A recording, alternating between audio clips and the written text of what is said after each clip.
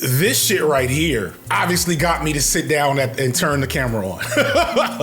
Unkside chats. I like that. We might brand that. So let's talk about it. So this is Adin Ross in the top upper left. This is Doechii in the top upper right. And the bottom left is Glasses Malone. And the bottom right is Trap Bradshaw. I'm not familiar with Trap Bradshaw. I'm familiar with Glasses Malone because he's a rapper, West Coast cat. And I actually just did a Culture United with him a couple of weeks ago with Justin Hunt. Shout out to Justin Hunt.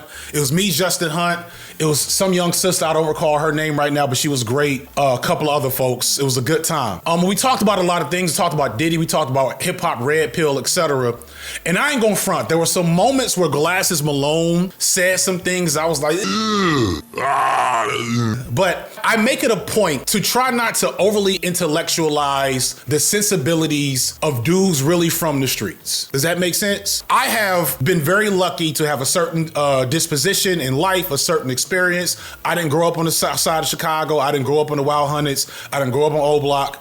I grew up in the south suburbs. They ain't like normal suburbs in other places around the country, but it ain't Compton. It ain't the SWATs of Atlanta, etc. And because of that, and then I went back and most of my adult life have in some capacity worked in the streets, right? If I wasn't teaching in high needs, low income communities, I was a social worker, whatever. And I learned early on that I don't care, I always pull in my books. I don't care how much Frank B. Wilkerson, whatever books I got down here, I thought I had George Jackson down here. I don't care how many books you read in your academic or intellectual study, the truest radicals are always gonna end up being the people closest to the struggle. And while I would love if every hardcore street dude had minimum intersectional feminism 101, black radical thought 202, Marxist leftist theory 303. If we could get a primer on all of those to every nigga in the street across the country, we fix all the problems in 6 months. That would be nice. But that's not a real practical praxis thing. So the thing I'm not gonna do, I'm gonna always be careful about, I'm not gonna say I'm not gonna do it, that's not being honest. The thing I'm always gonna be hesitant to do is to browbeat lecture leftist theory to real street dudes with certain codes that I don't even have to understand. So Glasses was saying stuff and I was like, that's real on a lot of levels. I'll fuck with dude's energy. I wish, all these high-minded leftist things, but there's so much value in what's being said here in a practical sense. And so I really appreciated his presence on the pod that night. And I appreciate it because I was like, man, here's where on one end, I was like, and on the other end, I was like, I feel you. We were talking about Diddy. And Glasses is basically like, the problem with Diddy is that didn't nobody fuck Diddy up early in the game. That people close to Diddy should have fucked Diddy up. Now, I found that to be overly simplified. And I talked about it that night. Right? But there's a truth to what he's saying. The problem with that framework is the streets are so compromised that whatever code you think should exist or does exist in the streets, if you pay enough money, that code disappears. And that's just historically accurate. And that's every street, everywhere, forever. That's the Italian mafia. That's the Japanese Yakuza. That's whatever they got in India, Malaysia, South Africa. The streets end up responding to money before anything because the nature of the streets is lack and exploitation and surviving. But fundamentally, that is correct. If somebody would have seen some shit Diddy was doing early in the game, smacked fire out of Diddy and took away his ability to do what he was doing, he wouldn't have been able to do what he did for as long as he did it. Fundamentally, I agree with Glasses. So put a pin there for a second. That's Glasses Malone's disposition.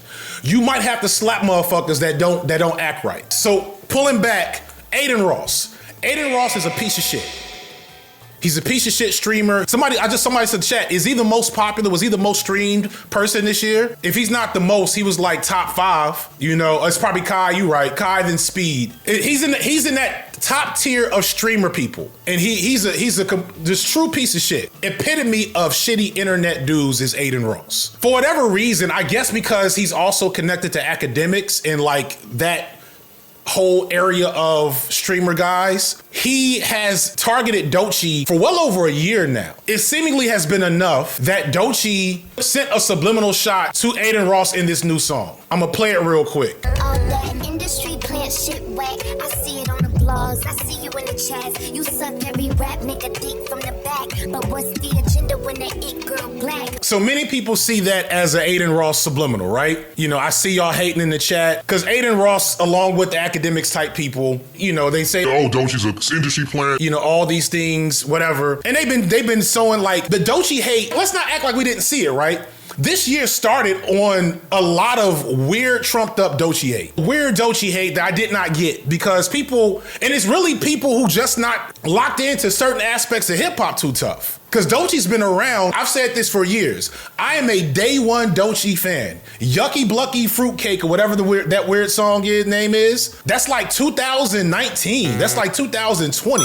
She was on the Madden 23 soundtrack. Y'all calling me crazy? When a bitch brings up a like rabies? So this didn't come from nowhere. She's been hot for a second. She was an underground hype, if I could use a updated term. She was an unsigned hype figure. And so when she blew up as a dark-skinned black woman in hip hop, the first to blow up in forever, to keep it a buck, the first to blow up since Lauren? Has there been a truly dark-skinned black woman in hip hop to blow between Doechii and Missy? Let me know in the chat. I'm sure I'm forgetting. Mona Leo. I don't know who that is. My bad. I don't know what that is. Flo Milli, like, so I'm talking about blow. Flo Milli she had a moment. Tierra Whack came close, you're right. No Name came close, but none of them, like, no. Y'all missing me. And maybe it's because I'm thinking of it through a different lens that's older. Doechii is a superstar right now. It's not like, oh, this is new dope. Meg I'll give you maybe, but Meg is a little bit lighter.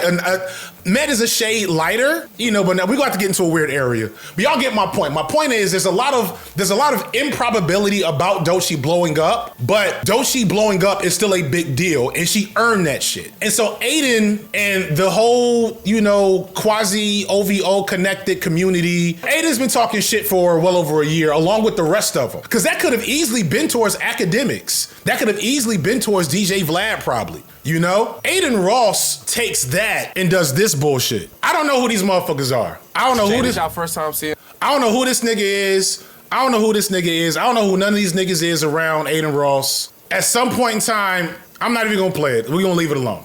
At some point in time, Adin Ross, Takeshi 6ix9ine, Cuff'em, whoever that is, you know, some other random young coons, do a song with Adin Ross dissing Doechii. So we got Jewish neo-Nazi, some cool niggas, and a Mexican pedophile dissing Doechii. Bunch of bums. Thank you, Pink Doechii. And so they released this diss track, and it's all funny. It's all fun and game, right? Within 24 hours, coming back to what I was just talking about with Glasses Malone and the revolutionary potential of street niggas. Within 24 hours, this is Glasses Loke on his stream. Talking shit about Doechii. There's no way you gonna think this cool. There's no way you think this gonna be cool. You can't do that. You thinking you popping and talking shit about that sister? I'm gonna fuck what she said to that art. You keep calling her names, bro. I swear to God on Olivia, bro. It's going to come to a place where that's like, it's permanent. You can't take that off. AD let you get away with it the first time. He should have fucked you around and he didn't. Niggas keep letting you get it off because they want to be cool with you. It's one thing to say, hey man, you know what? That lady ain't said your name, so you assuming it, you finna start calling her out her name. I'm telling you right now, 7th Street Crit, nigga not going for that. So I want to skip to the end a little bit. No, but you think you finna sit on that stream. I saw you do that little thing with that black dude, and that black dude tried to be cool and tell you, but that black dude is gonna have a problem.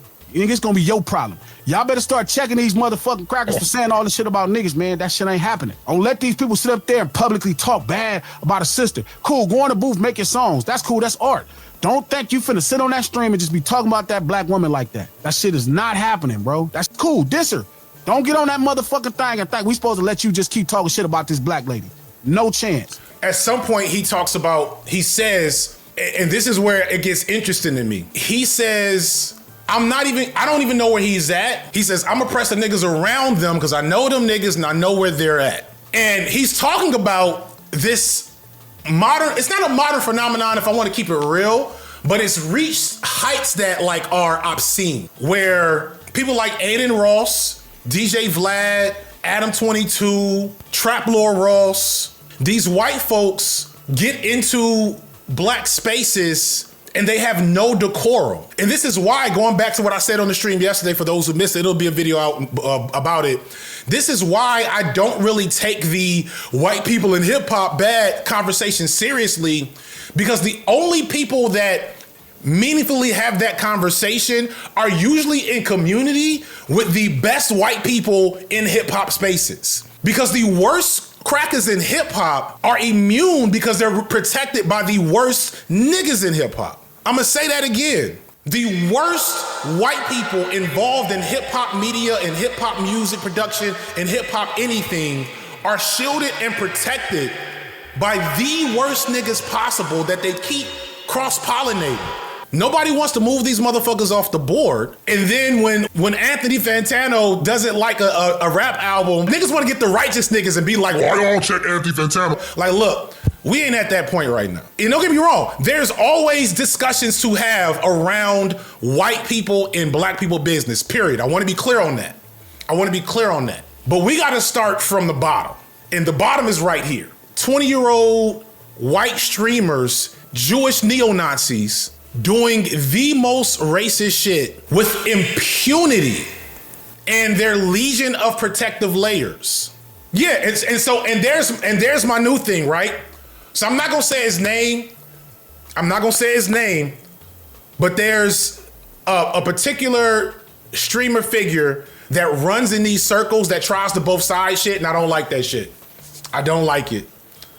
I don't like the fact, like, I don't like none of these protective layer niggas who run with these overtly racist, actively racist streamer people. I saw this person's video this morning when I was trying to get to the bottom of this, and I was like, I know you're not talking. I'm not gonna say it. Please stop guessing in the chat. Don't do no guessing in the chat. Cause real talk, it's probably like 4 or 5 of them. It's probably like 4 or 5 of them. But in particular, and I was like, y'all niggas ain't been on code this whole time because you're getting paid, because there's clout for that. And the funniest thing is, I'm not gonna even find this either. Immediately when Adin Ross sees this, he calls Whack 100, and that broke my heart. And don't get me wrong, Whack 100 has been who he is for a while now. What is there to say? What is there to say? The reason why I wanted to talk about it is because I want to celebrate what Glasses is presenting here. Because I don't think, I may be wrong, but I gotta believe that there's still some sense of a code with folks really in that world around this shit right here.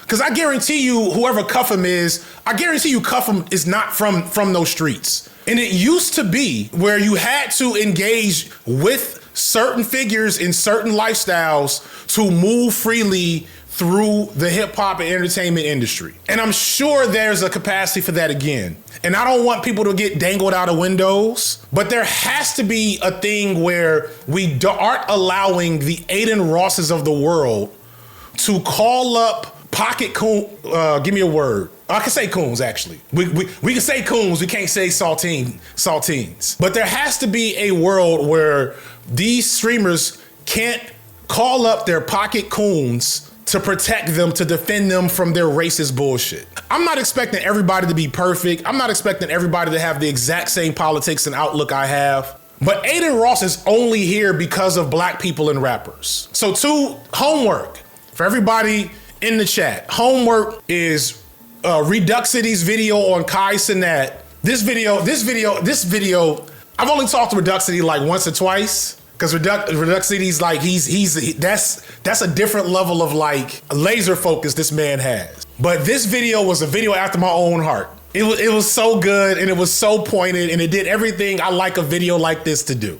And while my videos are often, tinged with old nigga shit, unk shit, as y'all say, this is the type of video I would make if I was in my 20s.